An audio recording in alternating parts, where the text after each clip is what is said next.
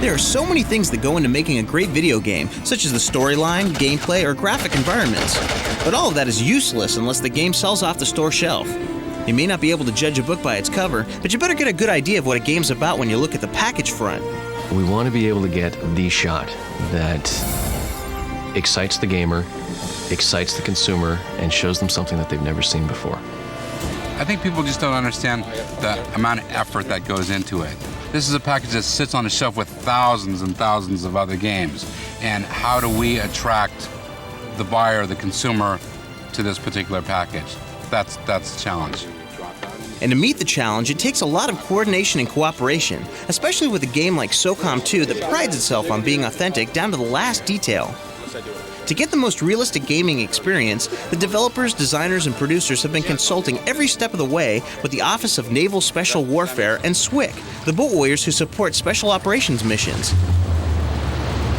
So when it came time to create the game cover for Socom 2, an enormous effort would be required by the PlayStation team to retain that realism while creating a dramatic and dynamic look. There are so many opportunities here to show the game itself. We're going to try to carry it from a still image and translate that into a final product to touch the consumer. It's a tall order that needs to be filled in a well-planned photo shoot involving a lot of people and even more equipment. In order to make this happen, we need to have a clearance from the Navy, not only for our team that will be down there to make sure we get the shots we need, but the photographer and his crew. We need the Navy SEALs and their team. We need the Naval Public Affairs Office. Bringing all that together, it's a little complicated. The PlayStation Underground tagged along to provide a glimpse behind the curtain of the process and procedure of creating the photo materials for an incredible game. You know, we can talk to the Navy and say, would you guys do this? On a mission, would this be done? What kind of things would be done here?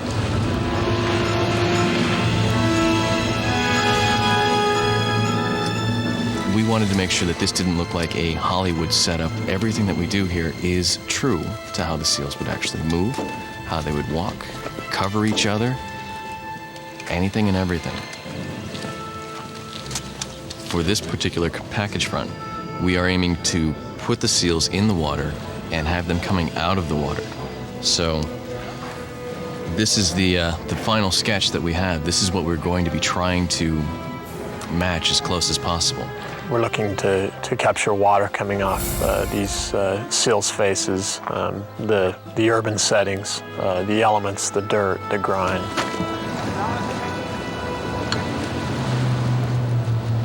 As a photographer, the biggest challenge is to photograph men of power. And these guys are super men of power, and I have to get emotion out of them. But the Navy SEALs have their own idea of what the shoot is about. I think one of the things we're really trying to concentrate on bringing here to the shoot is accuracy. You know, we've seen thousands of movies where we look at a picture and think, my God, what are they doing? That's ridiculous. It gives America somewhat of an insight to what we do every day.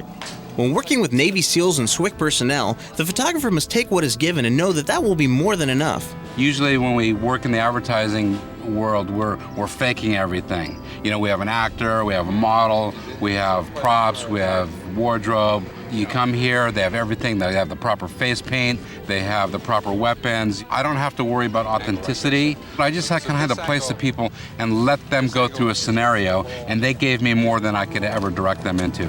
I got Navy SEALs, I got guns, I got boats. You know, what more can you ask for? When you get the real thing, people know it, and kids are a lot smarter today. They're not snowed over with the fake stuff. That people really get excited when they know that actual SEALs are on the package front.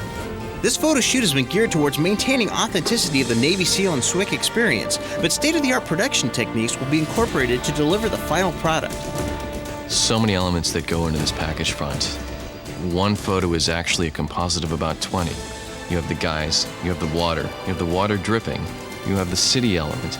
On top of all that, you have to drop a logo on the front, as large as it can possibly be. We're going to have to do a little bit of magic and digitally incorporate the different elements. What we're trying to do more than anything else is enhance it a little bit without losing the life of the original image. But not so much that the original reason for using still photos is forgotten.